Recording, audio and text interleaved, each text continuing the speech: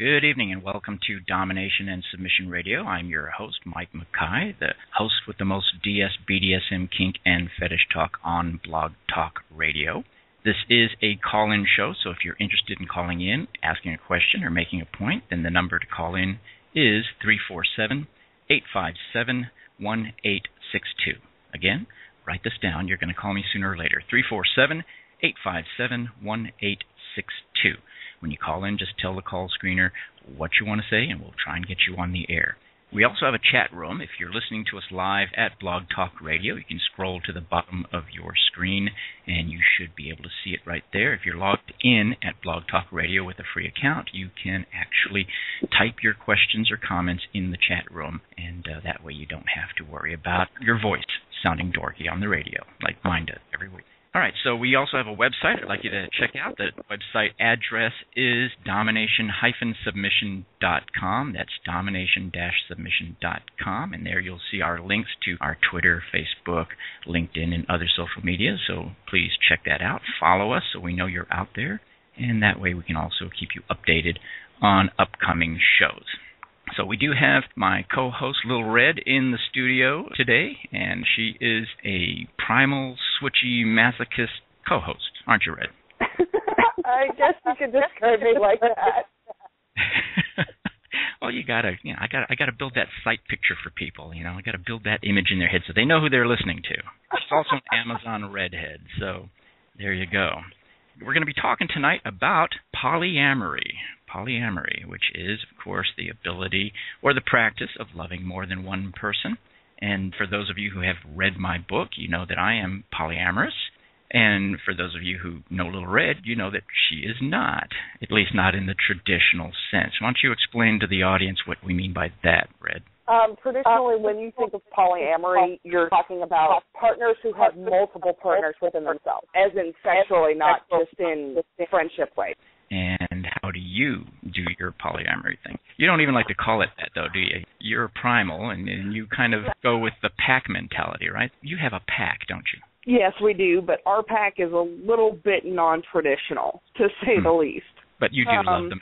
You love the other members of your pack. There is nothing I wouldn't do for any one of my pack. There's no limit I wouldn't go to for my family. But now on your intimate relationships, i.e. partner, life partner, your husband, your dominant, or your boyfriend or whatever, you are entirely monogamous in that regard, sexually, emotionally, in that sense, right? The sexual aspect of it is the major component of it because that's a very intimate thing for me, and that's a connection that I want with one partner. Not to say it's a bad thing to have that connection with a lot of people, but for me it's not my cup of tea and it's not what I can do. Right. And there's nothing unusual or wrong about that. I mean, there are just an awful lot of people who are just not cut out for polyamory. But I think it's interesting that by the strictest sense of the word, or by the definition of the word, loving more than one person, you are kind of polyamorous, but you're poly in a primal way. You're more into the pack thing than, say I just had the greatest epiphany. I am polyplatonic.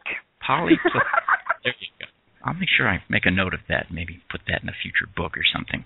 Well, I think you're going to enjoy tonight's show, Red. First of all, we have as our guest a gentleman who is engaging, as we speak, in a cross-country road trip called Poly Blue Adventure.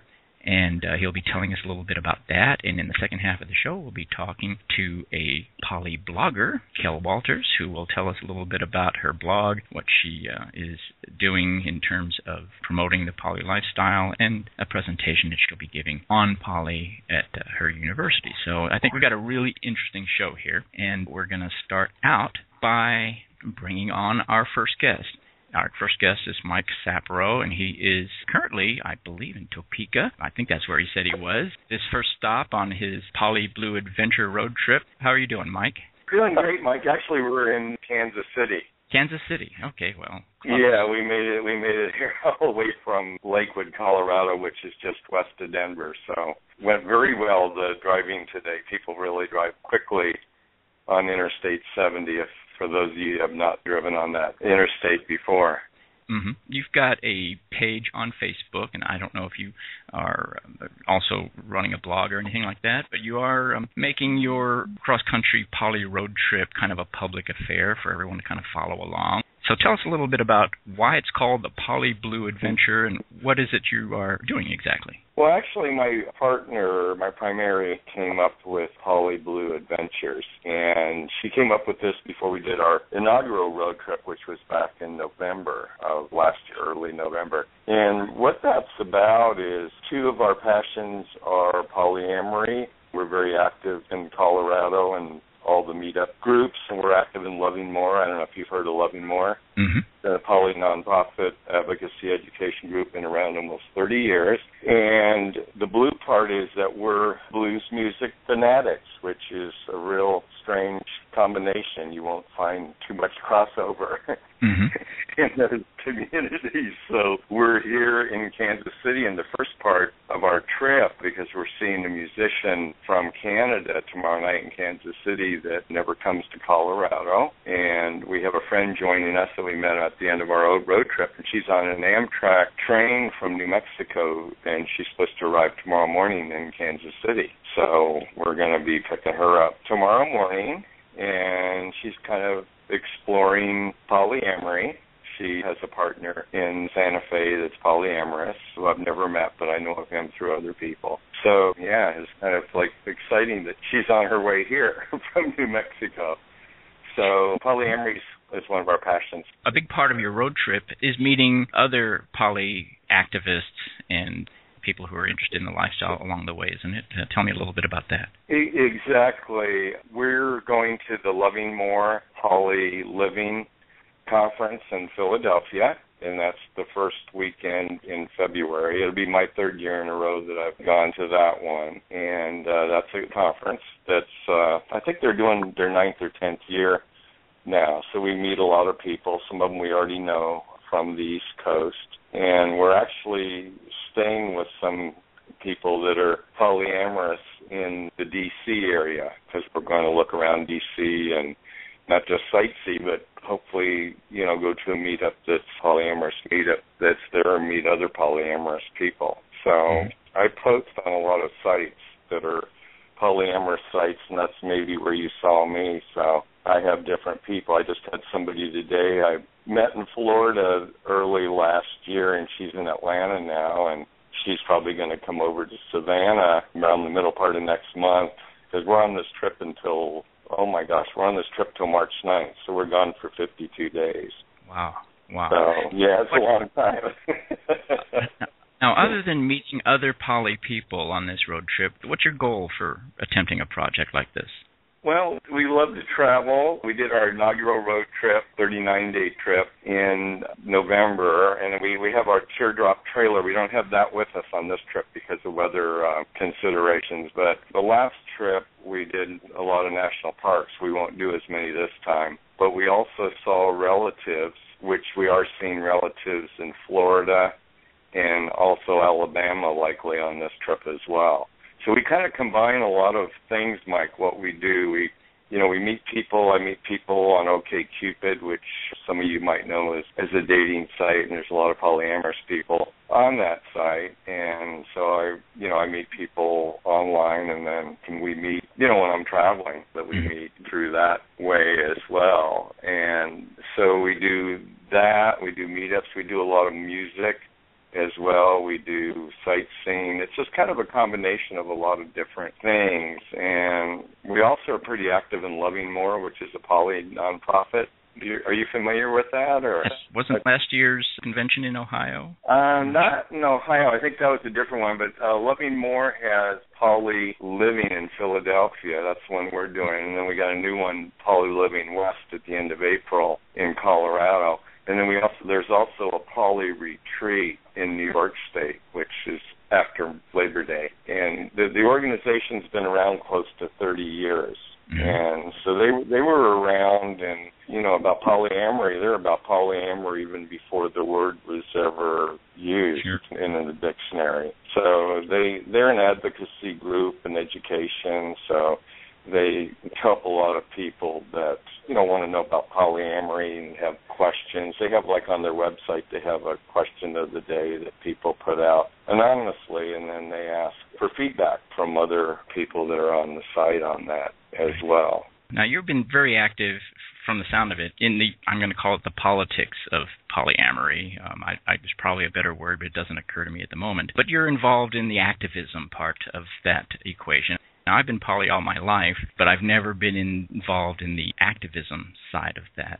Two questions for you. First of all, tell the folks why they may or may not want to get involved in that. Some people are just content with being quietly poly and not going out and making waves, but you're thrusting yourself front and center out into the limelight. Tell me, how does that work for you, and why would somebody consider doing that themselves? Okay, I'm to be a pretty passionate person, and when I have something I really believe in, I'm out there. Plus, I'm also retired, and I don't have to worry about losing a job as some people do. Some people they have other concerns, and I really feel that regardless of what relationship choice someone makes, I think the key part of it is relationship choice.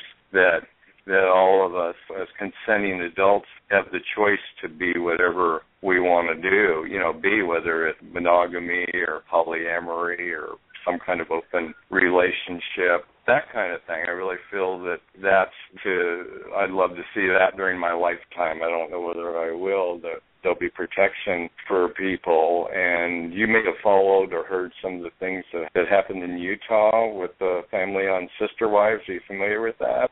Been following it very closely. Yeah, so you know what I'm talking about. I mean, polygamy is kind of like a subset of polyamory, I guess you could say, but still it's about having more than one romantic relationship and being protected, legally being protected, and being able to do that without being run out of your home state you get the idea. I mean, to me, that's what's really important. If people want to marry more than one person, that feel they should be allowed to do that. I'm really passionate. I'm really passionate about that. I can definitely understand being passionate about it. It's just like the gay marriage issue. It's very frustrating to have the government tell you that you can't marry the person that you love or the persons that you love just because of some arbitrary rule. We're talking about polyamory this evening, and our guest is Mike Saparo, who is on a Poly Blue Adventure road trip on his way to poly living in Pennsylvania, I believe. Mike, did you listen to before we brought you on live, did you listen to our description of Little Red's view of poly? She's always considered herself monogamous, but she's a primal who has a pack of people who she would probably defend with her life and considers them probably closer than blood relatives. She definitely loves them, but doesn't consider them as part of her sexual dynamic with her main partner. Red, am I describing this correctly? Yeah, I still like polyplatonic better when describing my pack, but yeah. Okay. I am going to copyright that word. That is my new term. If you're going to copyright it, I expect you to write a book about it, Red. I'll help you. We can do so much with it. Now, Mike, now that you've heard her version of poly, how common is that? Is that very rare, or are there a lot of people out there who feel a deep and abiding love for multiple people but still only have sexual fidelity with only one partner? I think that happens quite a bit, really, from what I've seen. I remember, I think it was at Poly Living last year, that there was two women that gave a workshop on loving other people without any sexual part at all. So, I mean, polyamory is more about, obviously, the romantic part. Obviously, for a lot of people, it does include a sexual component, but it doesn't, but that's not necessarily always the case. Sure. I think it's great. I think people need to be who they want to be in the relationship and follow their inner voice and not what somebody else is telling them to do.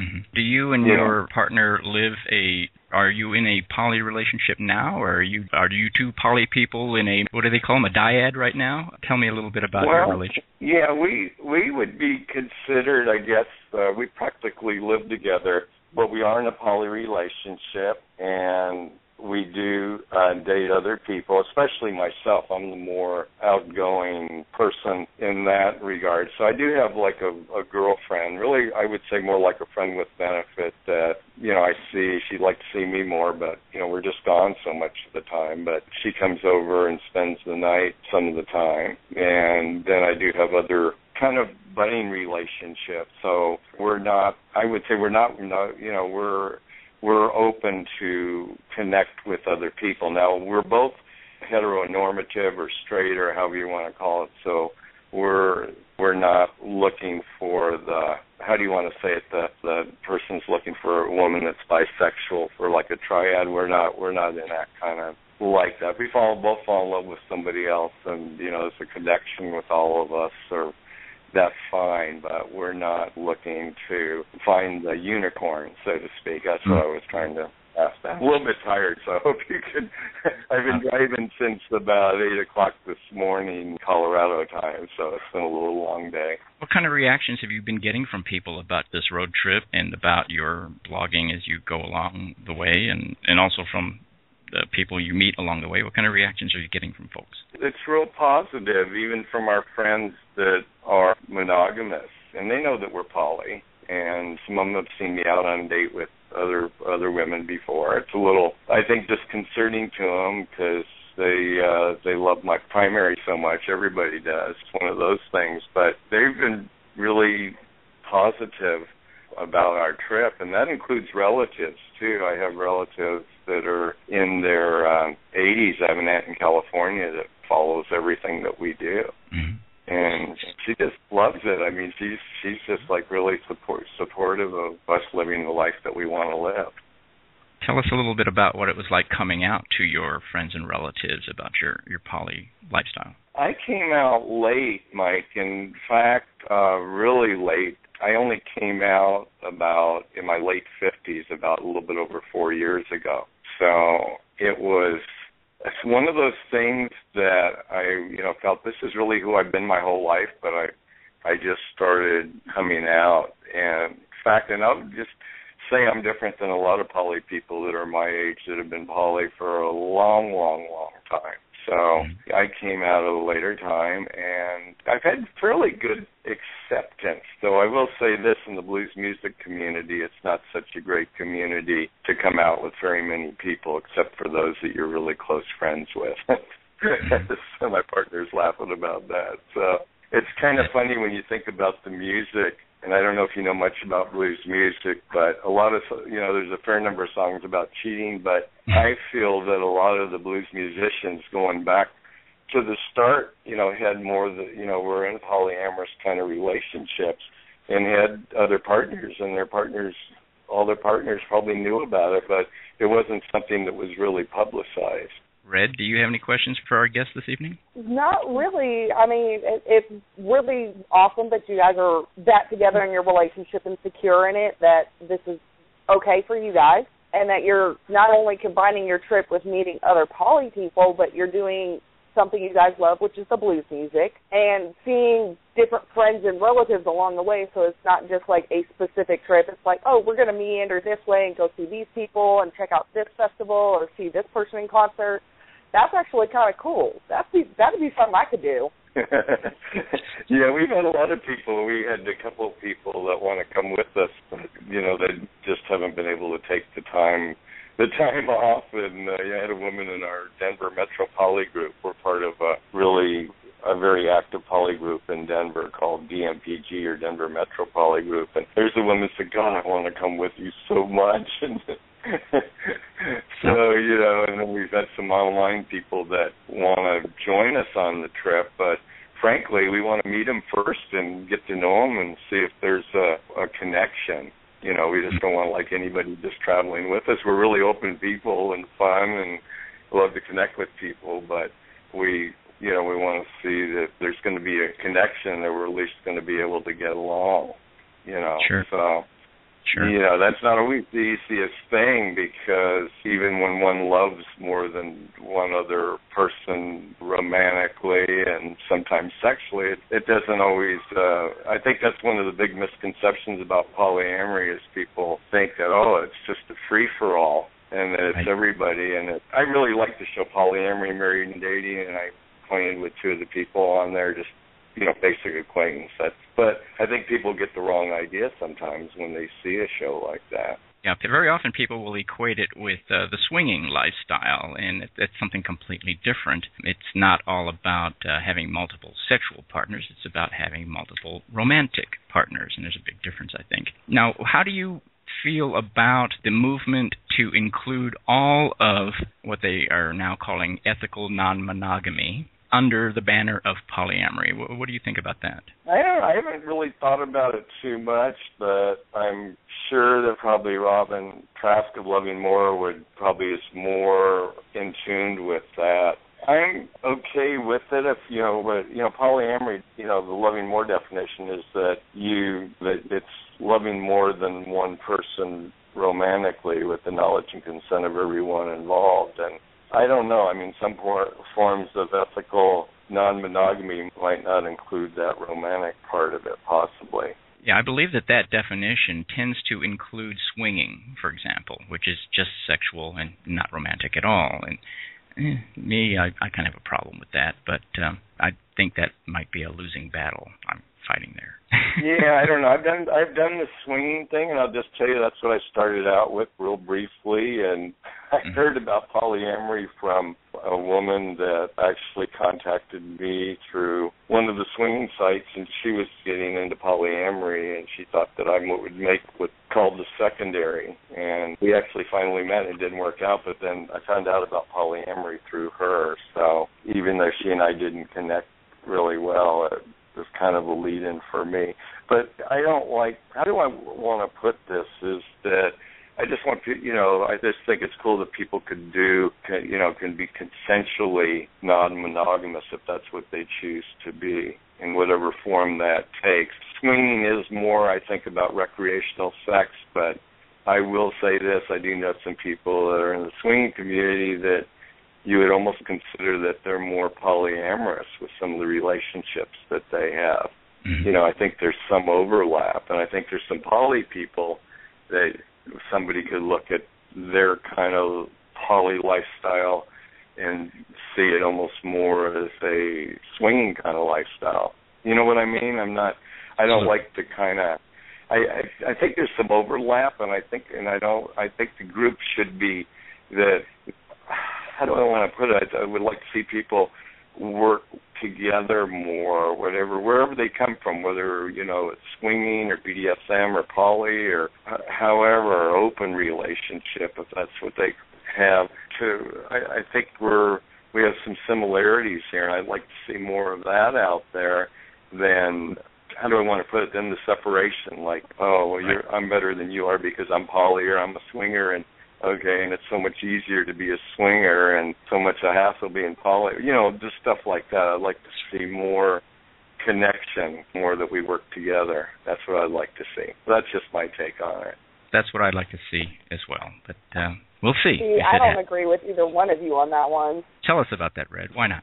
Poly to me is you can absolutely love more than one person with your whole heart because of the dynamic you have with them, and that's okay. But for me, swinging has given such a bad connotation because it has been given those orgy parties and it's all about anonymous sex and no connection to somebody, that I would like to see a bigger separation between poly and swinging because of the negative connotation a lot of swingers do have and have given swinging. It's just like, That's a very valid point, I think. I could go either.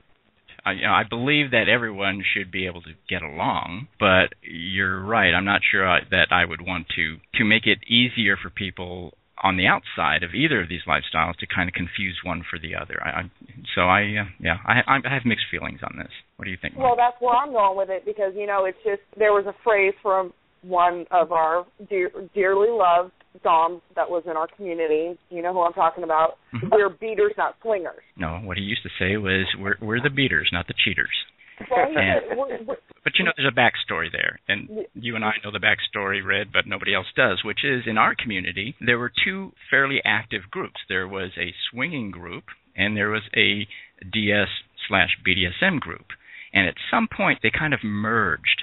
And so you had one group that was half swingers and half BDSM folk, and it actually did cause a lot of friction there, and that's what kind of prompted our mutual friend to say we're the The BDSM folks were the beaters, not the cheaters. And I can definitely understand that sometimes you do need to make it very clear that this lifestyle does this and that lifestyle does that, and never the twain shall meet. But you're right, Mike, there's a lot of overlap. Yes, I guess I want to put it more as of honoring where people are at and what kind of lifestyles. I mean, I know people that do everything. I mean, not everything, but a lot of things. I mean, they consider themselves polyamorous. They do a little bit of swinging. They're very much involved in the kink and BDSM community.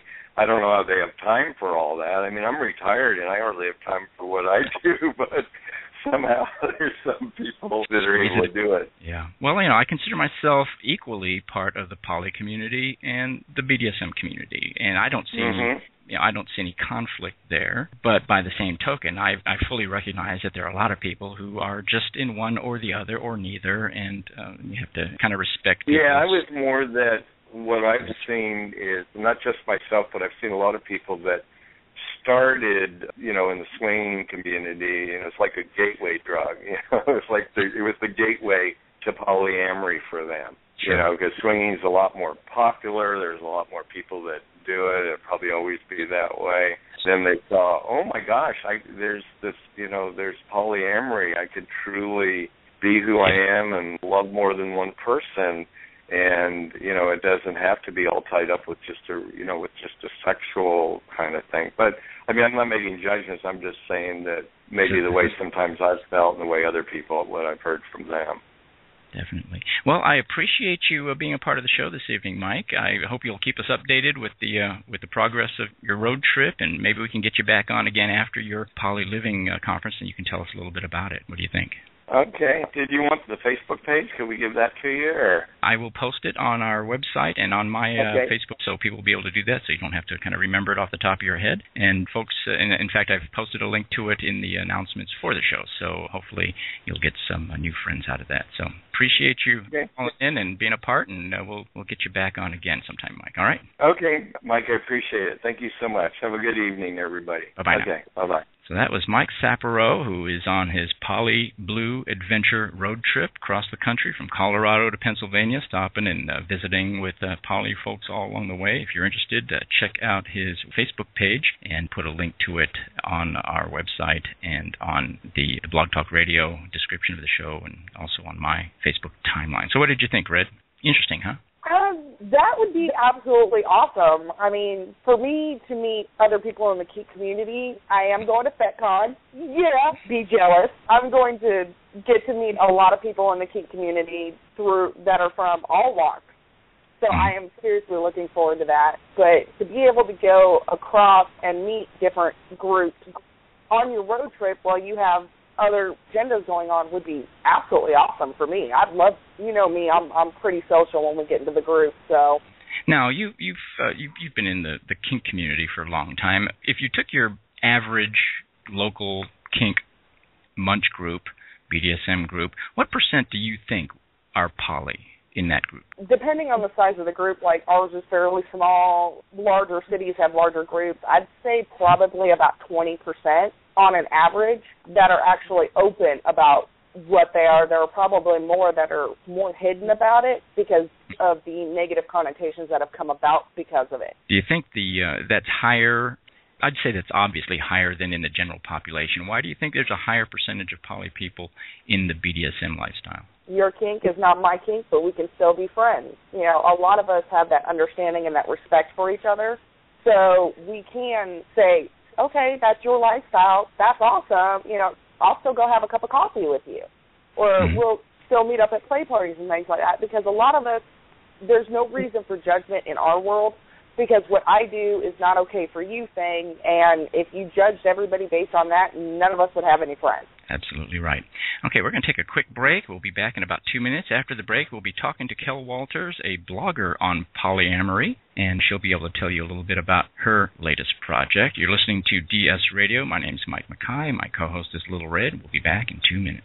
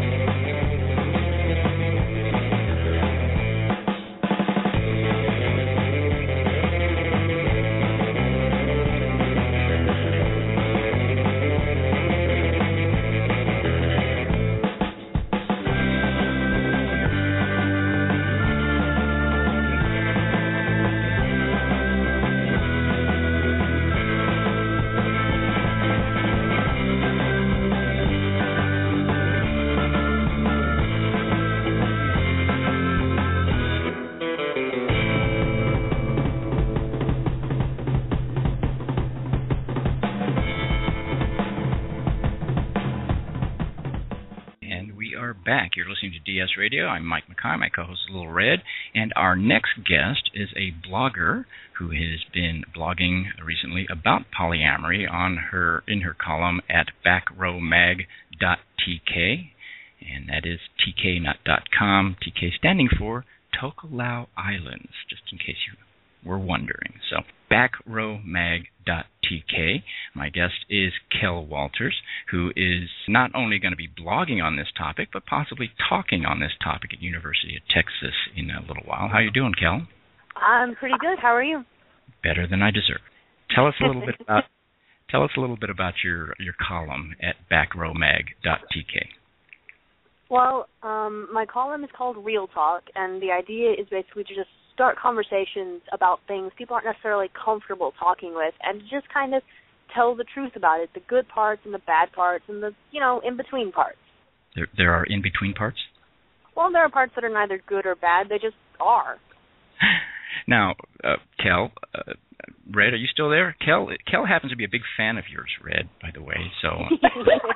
Oh, God. Please don't make me blush on the radio again. She wants to go stiletto shopping with you, Red, so you can crush... Absolutely. Oh, yes. Shoes. Yep, that sounds like a good idea.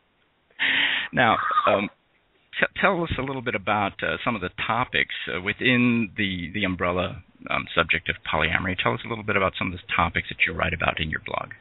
Well, so far I've just done a pretty good definition of what polyamory is to give my readers that don't know much about it a frame of reference for it. And then I did morality and jealousy in them because that's something you get asked about a lot, Is it moral? Is it selfish? What do you do about jealousy? And so I wanted to address those because I'm really trying to give a frame of reference for people to understand what I'm talking about when I get into more deeper topics.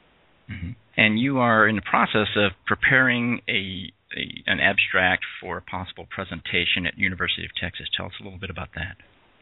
Well, I submitted my abstract, my 500-word abstract, on Tuesday night, and I have a 6-minute audition on Saturday. And what I want to be talking about is polyamory and the emotional literacy that comes from it and how that can benefit our society as a whole, not just polyamorous people. Mm-hmm. Tell us what your definition of emotional literacy is. Emotional literacy is being able to understand and comprehend emotions and being able to communicate them. And that really starts within yourself first. You have to understand your own emotions and be able to communicate with other people about them. And then it expands to understanding and communicating with other people about their emotions. Okay. And was this presentation or this possible presentation that you are preparing to give at the university, was this somebody else's idea or was this something that you came up with? Well, one of my friends came in to where I was hanging out on campus and he said, "Hey, did you know TED Talks are coming?" And I was like, "Oh, really?" And I just made a kind of a throwaway joke about doing something about polyamory, and then all my friends looked at me with very serious faces and said, "You should do that." It was funny because it was Monday and the abstract was due Tuesday, so I got to do some really quick thinking and really quick writing. Mm-hmm. And so far, they've liked your idea. Is that right? They've got you scheduled for an audition. Is that correct? Yep. They have me scheduled for an audition this Saturday, so fingers crossed. Well, we'll be rooting for you. Now, tell us a little bit about what you consider to be the prevailing notions about polyamory on a campus like UT Arlington. There really aren't any. There were actually 2 events, both on the same night, addressing polyamory last semester, and my partners and I crashed one of them. It was supposed to be about diverse love, and so it was addressing interracial relationships and same-sex relationships. And we kind of showed up and went, "Hey, would you like a polyamorous relationship?"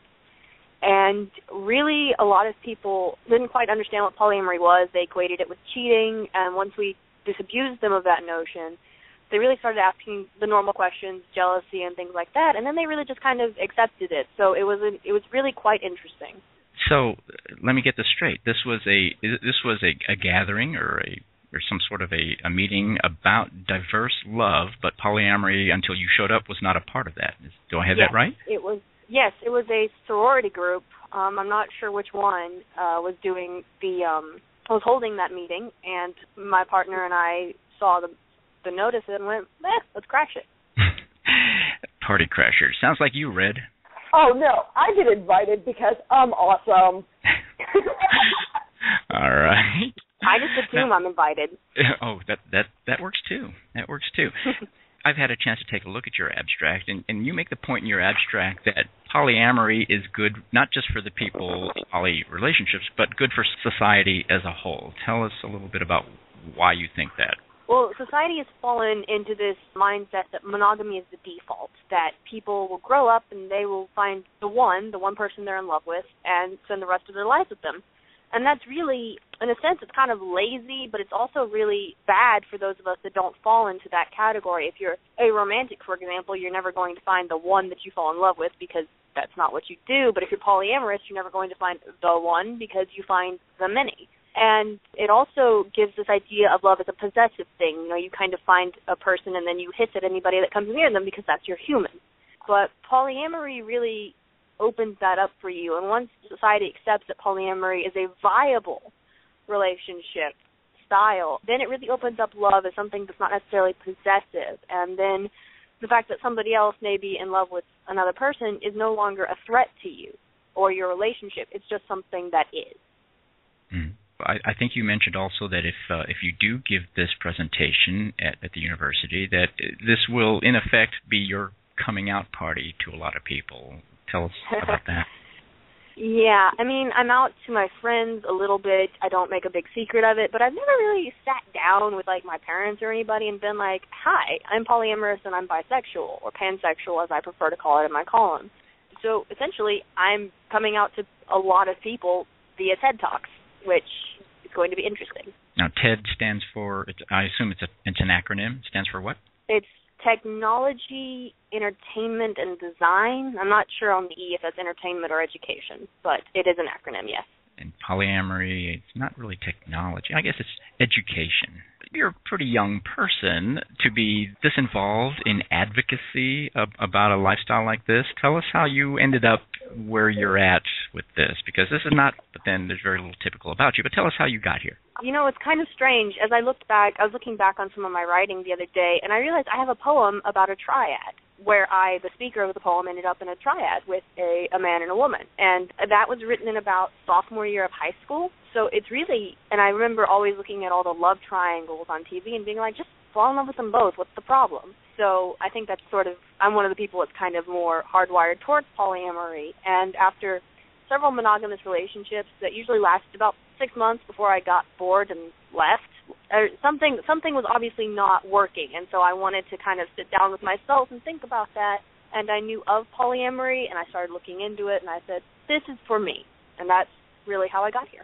But then again, that explains how you become personally polyamorous, but a lot of people do that quietly and under the radar. You have chosen to blog about it, to be a warrior for it in social media, to speak at the university in front of a large group and be filmed while doing it and come out to your parents. I mean, this takes it well beyond just assuming that you're poly and staying under the radar. You've become a very vocal advocate. How did you get to that point in your life? Well, I was kind of born that way. I don't like being quiet about things. I am a politician by nature. I plan to run for politics, and I don't plan on hiding the fact that I'm polyamorous to do it. And so I will make my future life much easier if I begin to get society to shift towards being accepting of polyamory now as opposed to when I'm running for president.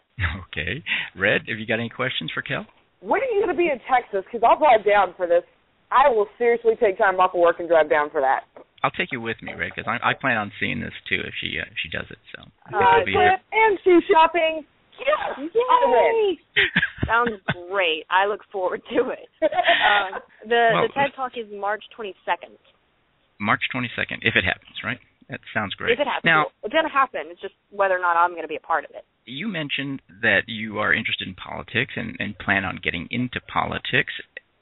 Despite the fact that you're poly. Tell me how you think that's going to play out. I mean, obviously, even if it becomes more acceptable in polite society over the next decade or so, it probably will never be entirely acceptable. So tell me how you think that's going to play out 10, 20 years from now while you're in politics. Well, I think it's definitely going to be a fight, but my position has always been that my personal life does not influence my political life.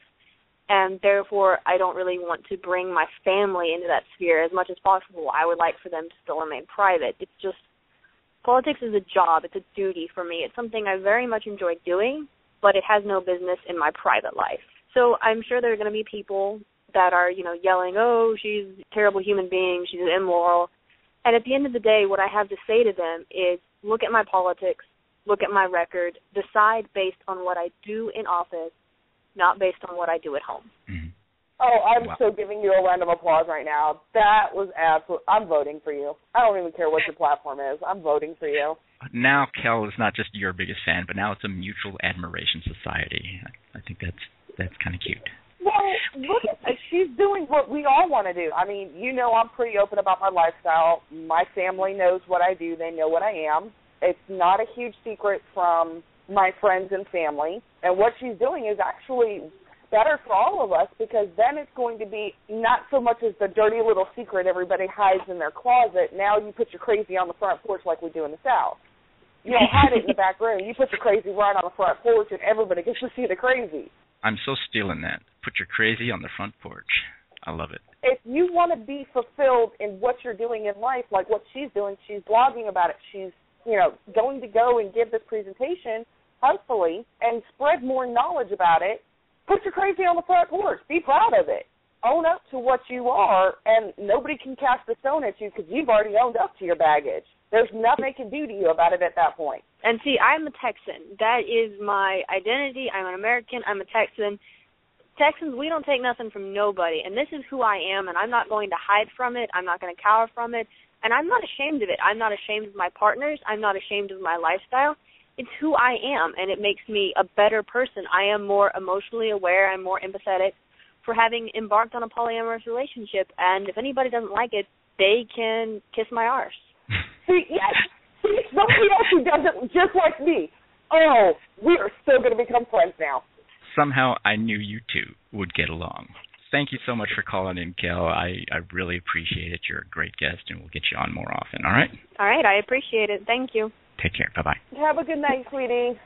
Well, what did you think of that, Red? That was freaking awesome sauce. She like, shoes. I'm stuck now. Oh, you know me. Yes, I do know you. Anyway, so we've had a couple of interesting guests on the show this evening, and both of them advocates for polyamory in their own way. As we stated at the beginning of the show, I am and have been lifelong polyamorous and a member of the kink community. Red, you are a member of the kink community, but not the polyamory community. However, you're a primal, and you have a pack of people who you would probably defend to the death, and you do love them, even if it isn't intimately or sexually. I guess the takeaway lesson here is that there are an awful lot of different ways of approaching polyamory. I mean, we've discussed swinging, ethical non-monogamy, pure, multiple romantic relationships. We've talked about some of the different ways that people get out there and advocate for it and get out and put their crazy on the front porch, as you say, Red. Any closing thoughts on this subject before we wrap it up? It's about being comfortable with who and what you are. If you, like you do, you can love more than one person and be romantically in love with them and intimately in love with them. But it doesn't detract from your other relationships, because not everybody is the same. I know absolutely I am not the be-all, end-all, best thing since sliced bread on the face of the earth, and I can give my partner everything. That is why I don't turn psycho crazy when he wants to go out with his friends. His friends fulfill that need for him that I can't, and that's okay. But when it comes to the intimate side of the house, that's where I draw my line, because that's where I'm no longer comfortable crossing. But if it works out for people and it's for their benefit, I am more than happy for them. If you want to have, 50 wives, I say go for it, because if you can keep up with that, you're a better man than me. If you can have 50 husbands, you're a better woman than me. I'm going to drop a dime on you here, Red. The last time, I guess it was your birthday last month, and we went out and had a steak for your birthday. For those of you who are listening, Red and I live in the same city, and every once in a while we get together for a meal or something. But anyway, one of the nicest things, one of the nicest things anyone ever said to me was what Red said to me after dinner that evening, which was, I just hope you settle down and find yourself a nice couple of women to settle down with. And I just thought that was the cutest thing. I've never heard anybody actually say that to me, because it's what just... What I said was, I hope you can find a couple of subs that make you happy and make each other happy, because if you're going to do the whole poly dynamic, and especially a poly household, everybody has to make each other happy, because otherwise bad juju and karma's coming, and not enough Starbucks in the world can handle that. Bad juju. Absolutely right. Now, we did have a comment in the chat room, and I've said that we're going to try and get those comments on the air if you say it in the chat room. So there was a comment there about jealousy, being able to control the jealousy factor. And I think it really boils down to this. Jealousy, I subscribe to the notion that Robert Heinlein wrote about in his books, which was jealousy is a disease and love is the cure. And I believe that if you really, really love somebody, that you want that person to be happy, even if it isn't with you. And so there's really no need to want to keep someone to yourself, possess somebody, or to limit them, because obviously if you love somebody, you want them to be happy.